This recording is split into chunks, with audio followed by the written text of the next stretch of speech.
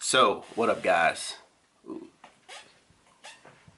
squeaky chair. My name's Dre. Welcome to very special edition of the Let Me Holla at You podcast. Essentially, I'm trying my hand at recording myself for a vlog and also getting the getting the podcast recorded, and also I'm gonna write this out. I don't know if I'm gonna fully transcript it or if I'm gonna upload it and see how that goes, but all three mediums in one set in one shot. We're gonna keep this short and keep it rolling. I'm sitting in my front room, no special setup. I do have a mic, do have my camera set up, and do have the computer open with a couple of notes there, but otherwise raw, unedited to a point, and let's get started. So, you want to start a business? You want to be an entrepreneur? Well, I don't, or at least I think I didn't. Originally, my whole thing was, let's just be productive in my spare time, but that's kind of blossomed into a few things. So if you like me, or maybe you're not, you do want to get that money, you do want to start your own thing, you kind of don't want to have your own, you kind of want to have your own say in things, I guess is the best way of saying it. You don't want to have a boss. That's what I was leading to, but we all have bosses at the end of the day, and those are our customers. But long story short, you want to get out here independently and get some money. I feel you. I'll just start with this. This is what I wanted. Be proactive in my spare time. I definitely work 9 to 5. I'm an engineer by education, but I did that just because I was good at math. I like to draw, and those type of things interest me. So that was the study I went into. But I mean, the people is where it's at. You learn so much. You get to experience so much. You get to see so much and grow as a person by dealing with people. So first time really going from education into profession was in retail. Love retail. Outside of that, yeah, retail, right? Outside of that, went to quality engineering. So dealing with what we call non-conforming material is like bad stuff, rejects, problems with production, writing reports on that. So I got really used to communicating with different people, from senior management, from my peers, from production workers, from their managers, and just learning to talk and explain things to different individuals allowed me to grow and just really solidify the fact that I just like working with people. So I'm here I'm here today to talk to you about just that grind. But all right, so I got 5 questions that I would ask myself if I can go back in time. Even before even considering this entrepreneurial venture. Here they go. What are you good at? Do people pay you for what you're good at? Is what people pay you for something you're interested in? What are you interested in? What is the gap between your interests and your paid interests? Hey, I really want to do this, but it's not paying me. But I'm doing this and it's paying me. What's the gap between that? I don't know. So we'll get into that. But those are 5 questions I would ask myself, before even considering starting a business, just brainstorm. But I would just segue from that into how did I even get introduced to this? Growing up in Chicago, of course I knew of some businessmen, but they were hustlers really. I don't really put hustle and business in the same category, but I think this day and age we kind of do. I don't really know. Cutting grass is hustling to me, but owning a landscaping business, that can be a business. Shoveling snow sound like a hustle to me, but having I'm going to say seasonal, what's a good word for being a serviceman? A seasonal serviceman service, that could be a good business. For me, burning CDs sound like a hustle, but having custom made compact discs at the time, mixtapes for my clients, I could agree that into a good business. And it's just distinguishing what's a hustle and what's a business. To me, I think the biggest thing is how serious you take it and how organized that thing is to a flow. To me, hustle is in the moment. Business is big picture.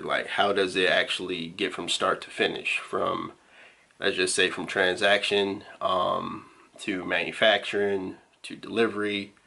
I've learned a lot of words over time. I'm trying not to just keep it super plain, but from somebody wants this, how do you make it? How do you get it to them? How do you get that done efficiently? And how you get your money at the end of the day? Like that will transition from a hustle to a business, but you can treat it, one and the same. But where am I now? Basically, I'm still working my 9 to 5. Definitely enjoying that. Recording this early in the morning so I can, get some things done throughout the day. But one thing, hold on. Rolling now. Yeah, so it's one thing when you're recording, packages can come. Anyway, so to speak about where I am now, the biggest thing is just saying I'm still working, but I'm also spending my time trying to build what I want to build. What do I want to build? We can get into another video, but essentially it's a brand behind the gym that my wife and I want to open in the future. She does yoga, and I'm into fitness and wellness overall, and this little hat right here, you won't be able to see it on the podcast, but I designed that, a little shirt that I'm wearing. At the end of the day, have some creative energies, quoting Gary Vee, some entrepreneurial tendencies that I'm exercising this day and age, and that's basically it. But if you made it to this point in the video, special 5 extra tips for you, and on the podcast. If you listen this long, 5 extra tips for you. Be legit. If you have an idea, write it down. Seriously, think about it. Like, put some energy into it. Don't allow it to just be one of those things that you pick up over a beer and, just let it ride out at the end of the night. Number 2, be legit. If your dream, goal, vision is true, like, run with it. Learn from the process. Don't allow anybody to discourage you from, trying to figure out something that you had implanted in your mind. Like, just be true to yourself. Be legit. Like, register your name. I know for me, state of Illinois has a little online system where you check and see what businesses are registered, what names are used. Hey, if you got something, put it out there, see if it's taken already. If not, hey, it's yours for the taking. Number 4, be legit. Like, there's a theme here. Be legit. Show and prove, right? If there's been any history in something that you've done in the past or something that you're currently doing where that idea is bearing some fruit. For me, I think the biggest thing is, like, I was able to get myself in a position where I, lost over 40 pounds, got very active, very strong, learned a lot about health, wellness, nutrition. I guess the biggest thing is I had a self-proclaimed result, but that expanded out to some friends and family. I helped them with their knowledge and exercise and nutrition based on my knowledge and my readings, and encourage them to do their own research on their own. And I'm one of the people that has learned that it's not good to alienate people and say, hey, my thing is the right thing, because there's so many things, right? And this is a little small tangent segue that I always go back to. Like, communication legit is like the hardest thing in the world. We live on this planet, this little planet, right? There's so many languages. I don't even know how many languages, but we're all English, like, speaking for the most part, because that's the one that's been, like, put on the pedestal because of capitalism. But I think we're all human, and we all come up with ways that we communicate. We all come up with things that we think is best for us, and communication in itself is not an easy thing. We always have to be open to more communicating, and that, I just think, for me, it keeps my head and mind open to other things, especially in health and wellness, because everybody's body is different. But going back to my list, number 5, be legit. Pay them people. Listen, everybody know we got some hairstylists and barbers out there that cut hair under the rug, but those people pay taxes and fees and stuff too. But at the end of the day, you want to be registered with the state, the feds. You want to make sure that you pay your suppliers appropriately for what products you're getting from them.